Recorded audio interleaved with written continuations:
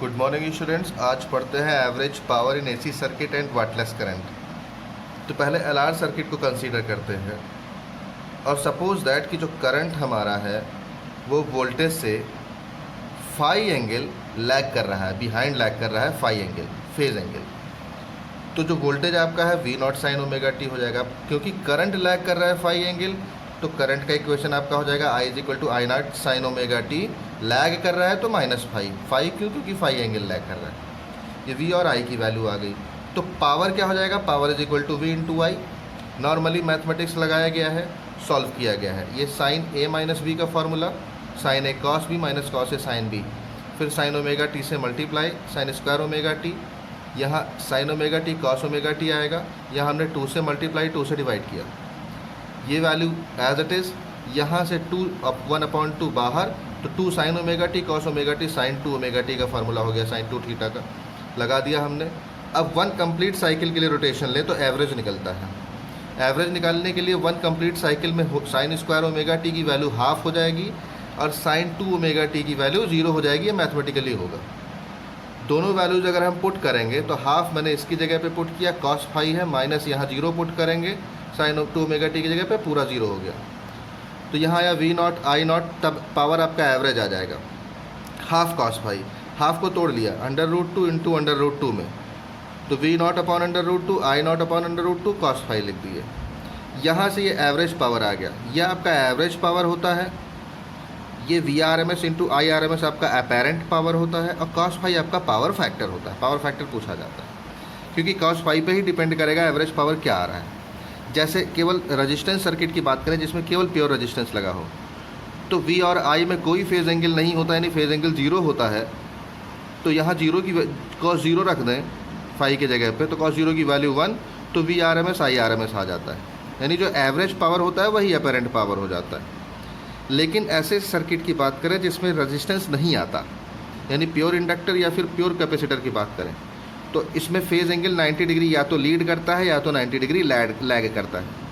तो फाई की जगह पे 90 डिग्री रखेंगे तो कॉस 90 की वैल्यू 0, तो दोनों ही कंडीशन में एवरेज पावर 0 हो जाएगी।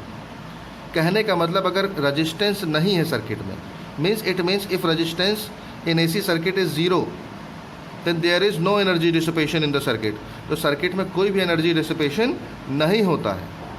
तब इस तरह से या तब जो करंट फ्लो होता है, the current in such a circuit, तो इन सर्किट्स में जो करंट फ्लो होता है उन्हें वाटलेस करंट कहते हैं ना। वाटलेस करंट की डेफिनेशन पूछी जाती है। तो अब देख लेते हैं half power point, bandwidth and Q factor. वही इक्वेशन हमने लिखा पावर का, half V naught I naught cos omega T है ना, √2 मल्टीप्लाई करके। अब अगर LCR सर्किट की बात करें जिसमें इंडक्टर, कैपेसिटर और रेजिस्टेंस तीनों लगे हों, तो LCR सर्किट में वोल्टेज VR अगर इस डायरेक्शन में है तो VL माइनस VC का एवरेज किधर जाता है? 90 डिग्री लीड पे जाता है। तो जो हमारे पास रिजल्टेंट V आता है वो डायरेक्शन इस डायरेक्शन में होगा लगभग। इसी तरह से अगर हम रजिस्टेंसेस को बनाएं, यानी इम्पिडेंस बनाएं VL माइनस VC के डायरेक्शन में, और VR के लिए रेजिस्टेंस बनाए, तो इनका रिजल्टेंट जो जाएगा टोटल रेजिस्टेंसेस का, ये आपका XL माइनस XC हो गया, ये R हो गया। तो हाइपोटेनस आपका आ जाएगा √R² plus XL minus XC का होल स्क्वायर। तो यहाँ जो फेज एंगल बनता है फाई, ये निकल जाएगा। यहाँ से हमने क्या किया, इक्वेशन में कॉस फाई निकाल लिया। कॉस फाई यहाँ से क्या आएगा? Base upon hypotenuse, means R upon √R² plus XL minus XC whole square. I naught की वैल्यू क्या होगी? V naught upon Z. पूरे सर्किट के लिए रेजिस्टेंस जेड है, ओम्स लॉ लगाएंगे तो I is equal to V upon R, यानी I naught is equal to V naught upon Z. तो हमने आई नॉट की वैल्यू निकाल ली, कॉस फाई की वैल्यू निकाल ली, यहाँ पुट कर देंगे। आई नॉट की वैल्यू पुट करेंगे, कॉस फाई की वैल्यू पुट करेंगे। आई नॉट की वैल्यू कितनी आई? वी नॉट अपॉन जेड, और कॉस फाई की वैल्यू कितनी आई? आर, और ये जेड की वैल्यू के बराबर आ गई, तो R/Z वैल्यू पुट किए, ये आ गया। तो Z² की वैल्यू, यानी जेड की वैल्यू √ में है, तो Z² की वैल्यू से रूट हट जाएगा। तो ये वैल्यू आ गई क्वेश्चन नंबर 1। अब अगर ये सर्किट रिजोनेंस करने लगे, यानी ये दोनों बराबर हो जाएं, तो रिजोनेंस की कंडीशन में क्या होता है कि रेजिस्टेंस आपका मिनिमम हो जाएगा, और रेजिस्टेंस मिनिमम हो जाएगा तो पावर मैक्सिमम हो जाएगा। तो मैक्सिमम पावर तब आपका निकलेगा हाफ V0² R, ये 0 हो गया, दोनों इक्वल हो गए थे, अपॉन R²। R² से ये R कैंसिल किया, V0² अपॉन R वैल्यू आ गई P मैक्स की। अब इक्वेशन 1 और इक्वेशन 2 कंपेयर कर देते हैं तो हमें एक इक्वेशन मिल जाता है ये पूरा। इस कंडीशन में जब रेजिस्टेंस मिनिमम था तब जो आपकी फ्रीक्वेंसी आएगी उसको हम ओमेगा नॉट से निकालेंगे, क्योंकि ये रियल फ्रीक्वेंसी हो जाती है। एक ग्राफ बनाया जाता है पी मैक्सिमम के लिए अलग अलग वैल्यूज़ रख करके, तो ग्राफ बनाते तो इस तरह का ग्राफ मिलता है। एक्चुअली ये डेरिवेशन हमारे कोर्स में नहीं है, लेकिन ग्राफ पढ़ना है।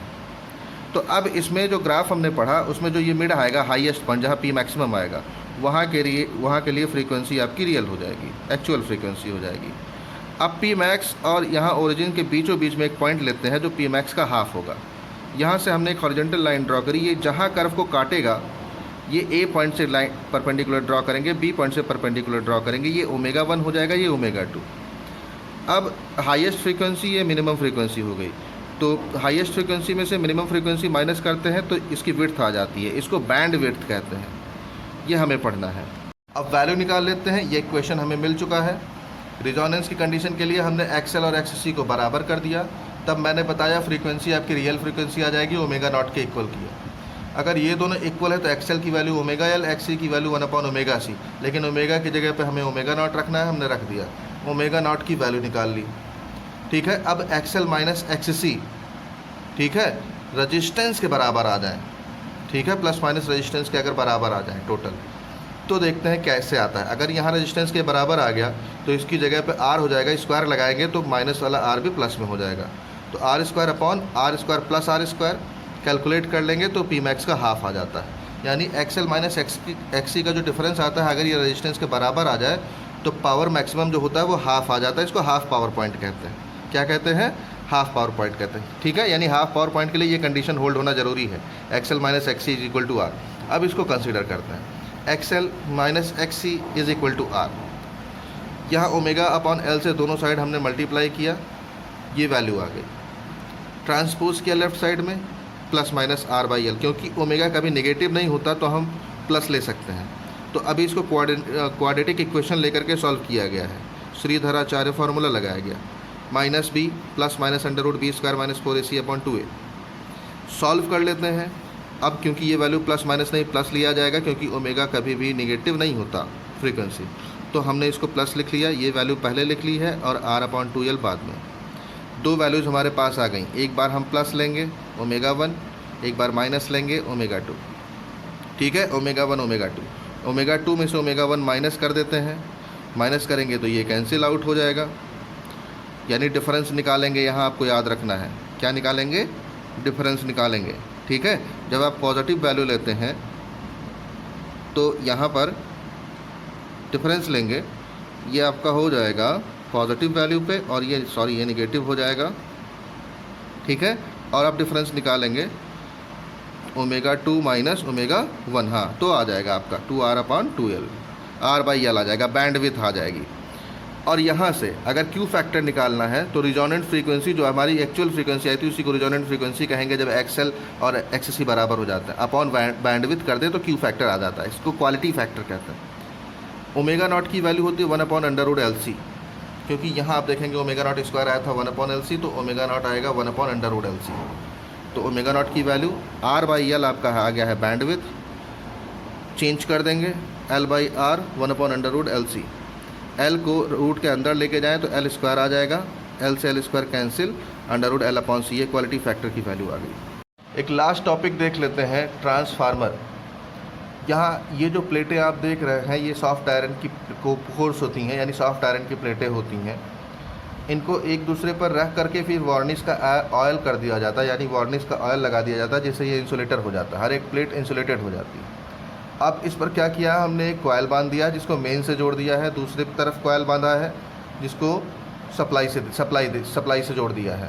तो ये आपका प्राइमरी कॉयल हो जाएगा जहाँ मेन से जोड़ेंगे, और ये आपका हो जाएगा सेकेंडरी कॉयल, यानी यहाँ हम ट्रांसफार्मर को सप्लाई दे रहे हैं और यहाँ से ट्रांसफार्मर से सप्लाई ले रहे हैं। दो टाइप के ट्रांसफार्मर होते हैं, आप पढ़ चुके हैं, स्टेप अप और स्टेप डाउन।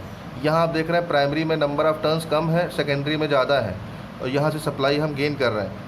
तो यहाँ क्या हो जाएगा, अगर सेकेंडरी में नंबर ऑफ़ टर्न्स ज़्यादा है तो स्टेप अप ट्रांसफार्मर हो जाएगा, और अगर सेकेंडरी में नंबर ऑफ़ टर्न्स कम है, प्राइमरी में ज़्यादा है, तो स्टेप डाउन ट्रांसफार्मर हो जाता है, यानी दो टाइप से। अब फैराडे लॉ लगा दें, मान लें प्राइमरी में नंबर ऑफ़ टर्न्स NP है number of turns N P से डिनोट किया, और सेकेंडरी में number of turns N S है। तो प्राइमरी कॉइल में जो ईएमएफ इंड्यूस्ड होगा, ये म्यूचुअल इंडक्शन इसमें होता है, तो जो ईएमएफ इंड्यूस्ड होगा वो होगा minus N P delta phi B upon delta T. ऐसे ही सेकेंडरी कॉइल के लिए हमने लिख लिया, EMF of secondary coil upon EMF of primary coil निकाला, ये कैंसिल आउट हो गया, minus minus cancel out, N S upon N P आ गया।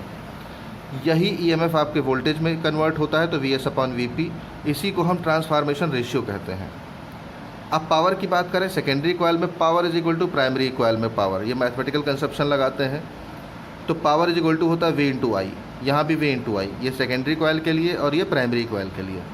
यहाँ से हमने आई पी आई एस को ट्रांसपोज किया, तो I P upon I S आ गया, वी पी इधर चला गया, V S upon V P आया, और V S upon V P हम पहले निकाल चुके हैं, N S upon N P है, जो कि ट्रांसफॉर्मेशन रेशियो है, यानी ये भी आया।